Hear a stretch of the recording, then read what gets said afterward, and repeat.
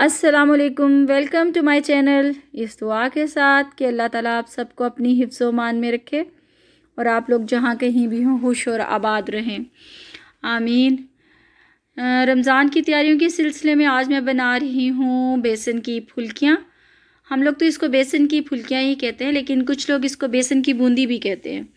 मैं रमज़ान में ज़्यादातर इसे इस्तेमाल करती हूँ। जब दही बल्ले बनाती हूँ तो दही बल्लों में इस्तेमाल करती हूँ, या कभी कभार वैसे ही दही फुल्कियाँ भी हम लोग बना लेते हैं।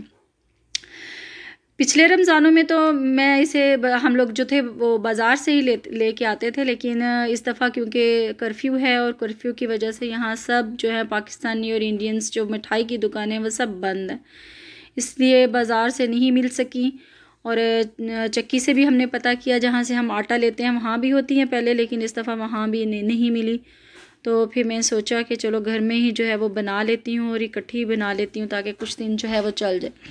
ये मैंने तकरीबन जो था वो आधा किलो से ज़्यादा जो है वो मैंने बेसन लिया और उसमें फिर मैंने आधा चम्मच मैंने सुरख मिर्च डाली और आधा चम्मच ही मैंने उसमें नमक डाला ताकि ये फीकी ना रहे और फीकी फीकी फुल्कियाँ जो हैं वो ना बने।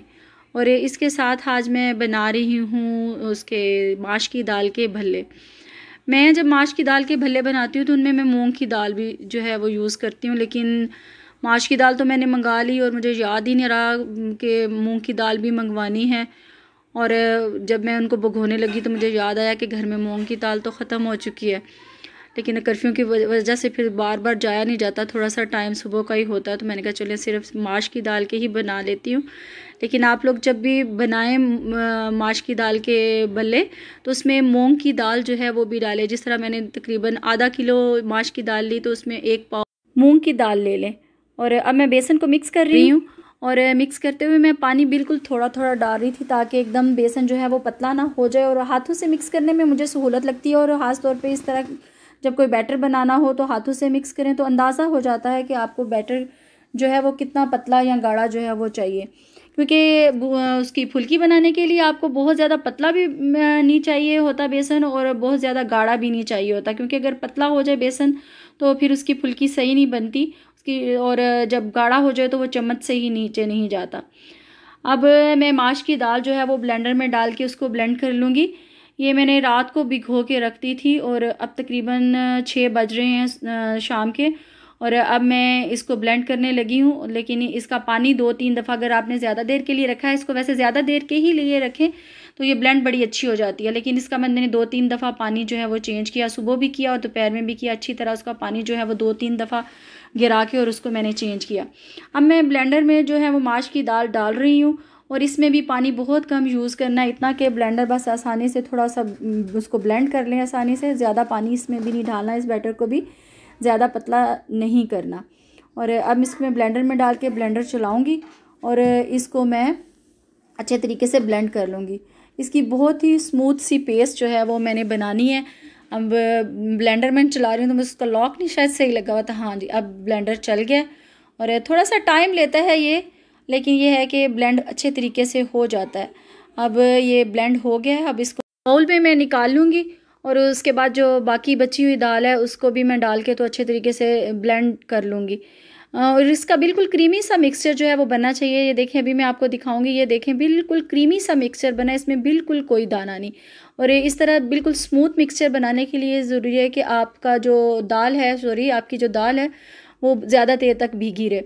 और जब आप दोनों दालों को मिक्स करके बनाएंगे तो दोनों दालों को इकट्ठा ही भिगो दें, अलग-अलग सेपरेट उसको भिगोने की ज़रूरत नहीं। अब ये देखें इतनी सी थिकनेस जो है वो इसकी होनी चाहिए, इससे ज़्यादा पतला नहीं होना चाहिए इसको।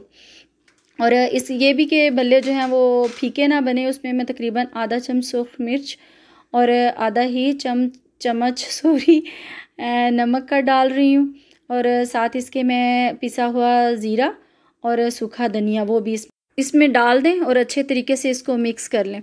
और इसको अच्छे तरीके से मिक्स करने के बाद मैं इसको तकरीबन आधा घंटा जो है वो रख दूँगी, और पहले मैं फुल्कियाँ बना लूँगी और तकरीबन फिर आधा घंटा हो जाएगा।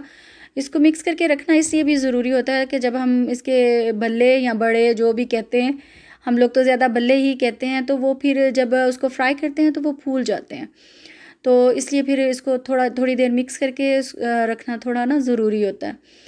तो बस बहुत सारे काम जो हैं वो इस दफ़ा कर्फ्यू की वजह से हमारे रुके हुए हैं। मुझे काफ़ी चीज़ें जो थी वो चाहिए थी, लेकिन अब जो पुरानी हैं उन्हीं से काम चला रहे हैं। अब ये देखिए मैं फुल्कियाँ बनाने लगी हूँ और मुझे ख्याल ही नहीं रहा कि मैं पहले आपको चम्मच दिखा देती। ये थोड़ा डीप चम्मच है और इसके अंदर सुराख है।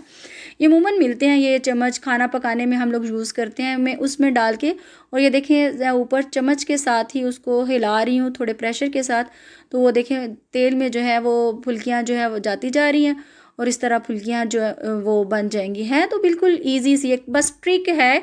और क्योंकि वो जो प्रोफेशनल्स होते हैं उनके पास ये स्पेशल चम्मच होते हैं, उनके थोड़े सुराख बड़े होते हैं, इसलिए थोड़ी बड़ी फुल्की बनती है। लेकिन क्योंकि घर में मेरे यही अवेलेबल था, क्योंकि अगर कर्फ्यू ना होता तो मे भी मुझे बनानी होती तो मैं ढूंढ लेती कोई ज़रा जिसमें थोड़े बड़े सुराख हैं चम्मच वो, लेकिन घर में मेरे ये था तो फिर मैंने इसी से काम चलाया। लेकिन अल्हम्दुलिल्लाह फुल्कियाँ बहुत अच्छी बन गई थी।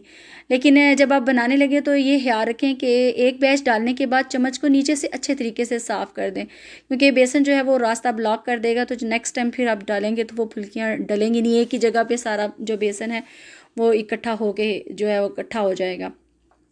फुल्कियाँ डालने के बाद फिर उसको थोड़ी देर फोक के साथ या चम्मच के साथ उसको मैं हिला रही हूँ। आप लोग भी इसको हिला दें ताकि वो चिपके ना। और ये देखें माशाल्लाह अल्हम्दुलिल्लाह कितनी अच्छी फुल्कियाँ बन के हैं वो निकल आई हैं और तैयार हो गई हैं। अब तकरीबन हाफ़ मेरे रोज़े तो इनके साथ जो हैं बहुत सहूलत के साथ आसानी के साथ गुजर जाएंगे। फिर जब ज़रूरत पड़ेगी तो फिर और बना लूँगी। फुल्कियाँ बन चुकी हैं और अब फुल्कियाँ बनाने के बाद जो है वो मैंने भल्ले बनाना शुरू किए। भल्ले बनाने के लिए ये ट्रिक देखें, एक स्पून लें और दूसरे स्पून के साथ उसको उंडेल दें उसके अंदर, इस तरह तकरीबन एक ही साइज़ की, और उनकी शेप जो है वो बिल्कुल गोल बनेगी। हाथ से बनाएंगे तो उस तरह नहीं, और वैसे स्पून से फेंकेंगे तो वो भी ठीक नहीं बनेंगे। तो उसको बनाने का बल्लों का यही खास तरीका होता है कि आप चम्मच लें और चम्मच के साथ उनको उसके अंदर जो है वो आराम से जो है वो दूसरे चम्मच की सपोर्ट से उसके अंदर गिराते जाएं। और इनको क्योंकि ये दाल जो है कच्ची है लेकिन भीगी हुई है, जल्दी गल जाएगी। और लेकिन इसको आपने ज़रा मीडियम हीट पे, तेज़ हीट पे नहीं पकाइएगा, इसको मीडियम हीट पे ही फ्राई कीजिएगा।